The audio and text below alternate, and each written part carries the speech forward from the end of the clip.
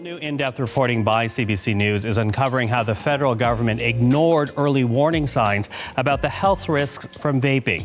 Now, this is a part of a series of stories we are launching for you this morning, and that reporting also shows how a government decision to allow vaping devices and products to be sold in Canada was made without any scientific evidence that would help people quit smoking. What's up guys, Nick from VapeMeet here. Just when I thought we finally had some peace, a new source of misinformation has joined the party. CBC News has just released a new series called Vape Fail, which promises to provide an in-depth report about vaping. Today, I'll be going through everything they got wrong. Before we get started, make sure you subscribe to the VapeMeet official YouTube channel and hit that notification bell to stay up to date with our latest videos. Now, let's check out Vape Fail. But there has never been any firm evidence showing that vaping is less harmful or that it could help smokers quit. I don't know where CBC is getting their research from, but I was able to find plenty of information on vaping being a less harmful alternative to smoking. Studies from the UK have shown on many occasions how vaping differs from smoking. Even Health Canada flat out says vaping is less harmful.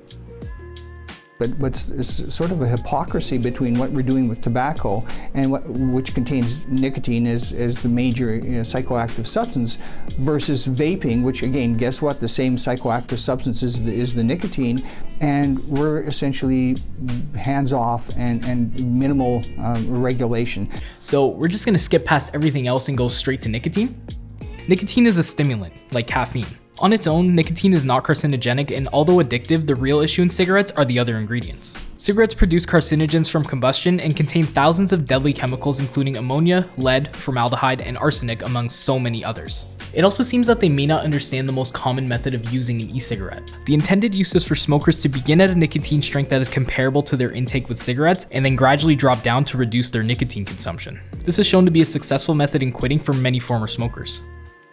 Sweet flavors were allowed, ads popped up everywhere, and vape products were being sold next to candy in convenience stores. If you watch the entire segment, which I'll post a link for in the description below, you'll notice that they often refer to convenience stores when talking about youth access. Not once do they refer to specialty vape stores, which are designed to be adult only.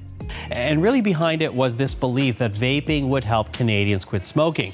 But there was no scientific proof, and Health Canada ignored early warnings about the risks. Another trend I see from CBC is the blaming of Health Canada for regulating vape products. Despite their criticism, not once in this report is Health Canada interviewed or even quoted on the matter. We've yet to reach the plateau for the increases in vaping among kids. Interestingly, we haven't seen the same increases among adults, so we're failing both target markets. We're not protecting kids, and we're not actually doing a good job getting the products in the hands of people who could benefit, which is adult smokers, to quit. Maybe they're not reaching the hands of those who need them because the media has done such a good job of scaring the public.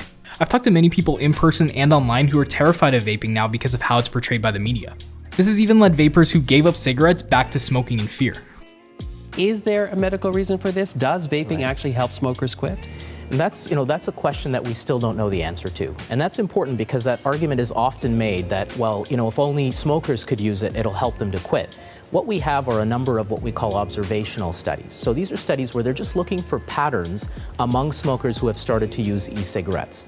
And some of those studies do show that those smokers are more likely to quit, but then there are a whole bunch of studies that show that in fact smokers who start using e-cigarettes are less likely to quit. Millions of smokers have quit using vaping, and the information is definitely out there. There are multiple credible sources that show the effectiveness of vaping, including the NHS, the British Heart Foundation, the New Zealand Ministry of Health, and the Royal College of Physicians. There is some evidence that smokers who quit vaping can relapse back into smoking, but a French study of over 5,000 smokers indicated that this was due to a lack of satisfaction from vaping, which is rather common. Working in a vape shop for years, I've had many people come in saying their device doesn't work the way that they want it to. Remedies can be simple, such as changing nicotine strength or adjusting airflow, but can be more complex, like the user prefers mouth-to-lung vaping over direct lung, or requires a higher PG content to get a stronger throat hit. Vaping gives you an almost overwhelming amount of choices, which is why it's important to take your time and explore your options. Since according to CBC, vaping is not an effective means of quitting smoking, Dr. Sabir Gupta from the University of Toronto was asked about the other options out there. What does work? So we have lots of effective therapies, and in fact, what we have in our toolkit to help people to quit are things that have been studied, and these are things that are regulated by Health Canada as drugs, and that's the Food and Drugs Act. And what we have are some pills. We have some pills that are tailor-made to help people to quit. Those are the same pills that come with some pretty intense side effects. I've heard many horror stories from people who've tried to quit smoking using medication. A common choice is Champix, and a quick search shows side effects such as seizures, hallucinations, suicidal thoughts, anxiety, mood swings, rashes on the body, chest pains, and increased blood pressure, among a very long list of others. It makes me wonder about what we don't know yet about vaping, because there are these cases, through, as you know very well, through Canada, through the United States, where young people are showing up in hospitals. They're trying to figure out what is wrong with them. They believe it is tied to vaping. What don't we know yet? It was only a matter of time until the illnesses were brought into the argument, which we should all know by now was not caused by nicotine vapes. Especially more recently, as the CBC has confirmed that the cause of the lung issues we've seen mostly in the US are due to tainted THC cartridges cut with vitamin E acetate as a filler. It's honestly disappointing to see such poor information come from a major news outlet like CBC. Despite tons of information out there showing the good vaping is done for millions of smokers around the world, it continues to be villainized. Let me know what you think about this series in the comments below, and while you're at it, be sure to like and share this video. I'm Nick from VapeMeet. Thanks for watching.